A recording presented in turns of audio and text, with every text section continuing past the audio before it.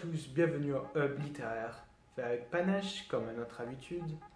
J'espère que vous allez bien et que vous restez intellectuellement actifs en ces moments de confinement. Moi c'est Walid et avec mon camarade Lélio, on vous présente ce booktube. Salut à tous, moi c'est Lélio. Aujourd'hui avec Walid, on vous a préparé un nouveau booktube sur l'ami retrouvé. J'espère qu'il va vous plaire. Alors Fred Ullman est un écrivain et peintre britannique d'origine allemande. Dans sa jeunesse, il fréquenta des lycées, des universités reconnues à Tübingen, puis à Fribourg et Munich, où il étudia du droit pour devenir avocat. Mais il quitta son pays pour Paris le 24 mars 1933, échappant ainsi au sort qui attendait de nombreux juifs. En 1936, lors d'un séjour à Tossa del Mar, en Espagne, il eut la chance d'y rencontrer sa future femme, Diana, fille de Sir Henry Pagecroft, membre du Parlement britannique. Il fut alors obligé de quitter l'Espagne pour aller au Royaume-Uni, un pays dont il connaissait ni les coutumes ni la langue. On est sûrement pourquoi j'ai raconté toute sa vie. Plutôt ennuyant, non? Mais c'est parce qu'en fait, on retrouve plusieurs éléments de sa vie dans ce livre, publié en 1971, à m'y retrouver bien sûr, puisque c'est une fiction autobiographique linéaire, c'est-à-dire une autobiographie romancée. On retrouve plusieurs points communs entre Fred Ullman et le personnage principal, Hans Schwarz. Vous verrez avec les lieux. Vous avez pu voir, Walid vous a présenté l'auteur Fred Ullman.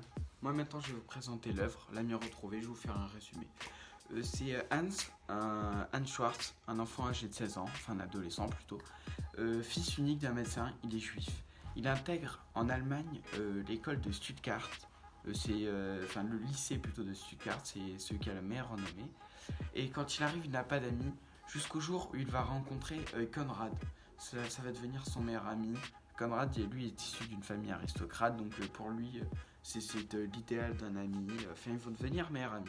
Jusqu'au jour, c'était en 1934, l'arrivée d'Hitler au pouvoir. Hans va être un peu embêté, comme il est juif. Il va être obligé de trouver une solution pour éviter de se faire tuer.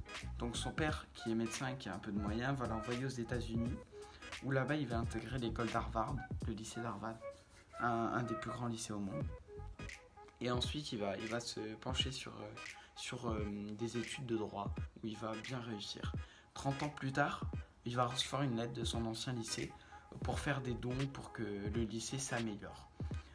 Dans cette lettre, il y avait le nom de tous ceux qui ont combattu contre le nazisme, tous les Allemands.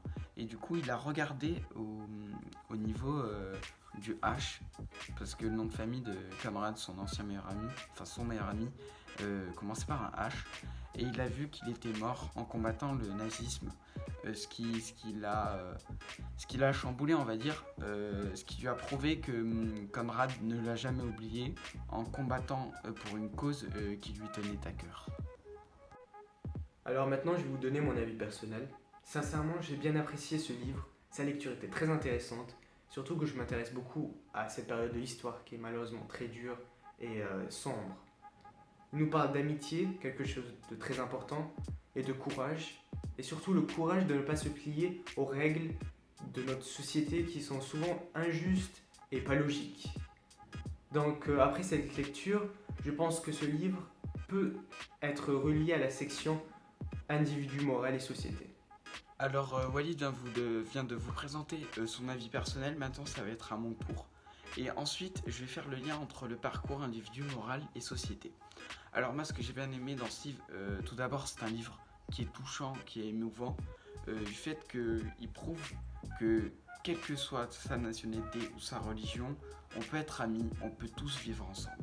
Ensuite aussi, la fin de ce livre, elle est très touchante. 30 ans après, il apprend que son meilleur ami est mort en combattant pour une cause qui leur tenait à cœur eux deux.